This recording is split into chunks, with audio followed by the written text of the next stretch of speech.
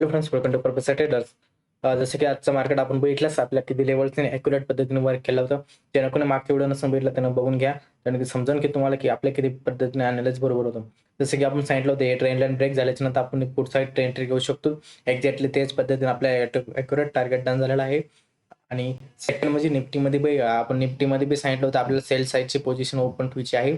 आणि जर आपण लेवल सांगितलं होतं, कशा पद्धतीने लेवलवर काम करायचं होतं, एक्झॅक्टली आपण सांगितलं होतं. जसं की आपल्या सेम ट्रेंड लाईन होती. सेम ट्रेंड लाईनवर आपण सांगितलं होतं, की आपल्याला कोणत्या साईडला मार्केटला सेल करायचं आणि कशा टाइप पद्धतीने आपल्याला वर्क करायचं होतं.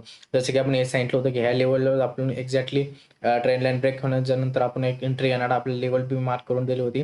आणि पुढ साईडचे आपलं अप साईड मोमेंटम बी सांगितलं होतं, कोणत्या साईडला येऊ शकते. आणि सेम ॲक्युरेट आपल्या पद्धतीने मार्केट वर्क झालेलं आहे. आता जर आपण उद्याचं मार्केट बघायला गेलं, तर आपण उद्याचं मार्केट एक आपल्याला एक थोडंसं कन्फ्युजिंग मार्केट होऊ शकते. तर त्यासाठी आपण थोडंसं फोकस राहा. आणि जेणेकरून आपण राहतो डेली डेली करून आपण यूएस मार्केटला फॉलो करतो. आजही आपण यूएस मार्केटला फॉलो करणार आहे.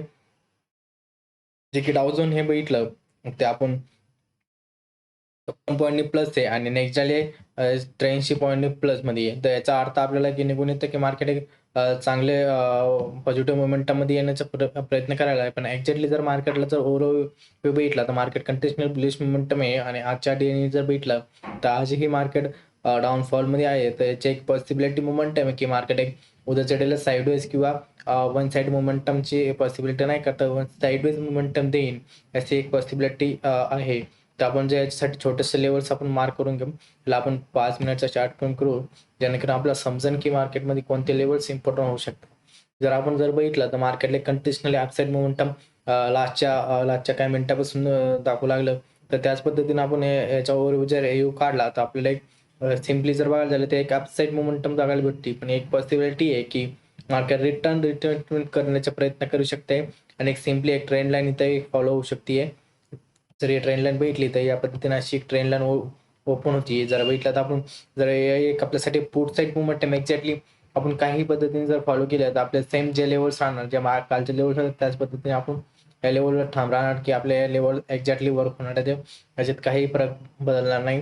जसं की आपल्या पुट साईडची लेवल होती कंटिन्युअसली आपल्यासाठी ही पुट साईड लेवल आणि एक कॉल साईड लेवल हे दोन्ही राहणार. आपली सेकंडची लेवल आणि पुट साईड लेवल ही ट्रेंड लाईन आपल्यासाठी कधी सेल साईड मोमेंट राहणार. जर मार्केट या लेवलच्या वरती निघत असले, एक पॉसिबिलिटी या लेवलला जर याच्यावरती निघलं, तर कंटिन्युअसली अपसाईड मोमेंटम हे एक सिम्पली फॉर्ममध्ये राहणार आपलं. आणि जर याच्या खाली निघलं, तर मार्केट कंटिन्युअसली सेल मोमेंटम हे कॅरी करून घ्या. आणि याचं मार्किंग आपण लेवल्स मार्क करून घ्या, जेणेकरून तुम्हाला समजेल की आपल्याला कोणत्या लेवल्सवर काय करायचं आहे, हे सिम्पली सांगितलेलं आहे. आता बँक निफ्टीमध्ये होतं. बँक निफ्टीमध्ये बी आपल्याला सेम पद्धतीने आपण जर बघितलं, तर आपलं जे ट्रेंड लाईन होती, ट्रेंड लाईन आपण कंटिन्युअसली सेल मोमेंटममध्ये होतो. जर मार्केट जर गॅप ऑफ ओपनिंग झाली, या लेवलच्या आसपास कुठे ओपनिंग होत असली, तर आपण इथून कंटिन्युअसली अपसाईड मोमेंटमचा ट्राय करू. जर डबल हे ट्रेंड लाईनच्या जर खाली येत असलं मार्केट, आपण कंटिन्युअसली सेल मोमेंटम या लेवल आणि कंटिन्युअसली अपसाईड मोमेंट आपल्याला बघायला भेटू शकते. जर या लेवलच्या जर खाली निघालं मार्केट, आपल्याला कंटिन्युअसली सेकंडची लेवल्स आहे आपल्याला, तर सेकंडच्या लेवलला कंटिन्युअसली मार्केट येऊ शकते. याच्यासाठी बी आपण तयार राहा. जर मार्केटची फ्लॅट ओपनिंग झाली, तर आपण कंटिन्युअसली या लेवलपासून अपसाईड मोमेंटमचे कॅरी करू शकतो. हे एक पॉसिबिलिटी आहे. आणि जर मार्केटला कंटिन्युअसली जर अपसाईड मोमेंट झाली, तर आपल्यासाठी सेकंड जी लेवल ओपन होती, ही लेवल्स आपल्यासाठी कंटिन्युअसली सेल मोमेंटम राहू शकते. ब्रेक होत आहे, आपण कॉल साईड जायचं. ब्रेक नाही होता, आपण कंटिन्युअसली पुट साईड मोमेंटम राहणार. आता रेस झालं सिम्पली अॅनलाइज. याच्यात काही पद्धतीने तुम्हाला न समजण्यासारखं काहीच नाही आहे.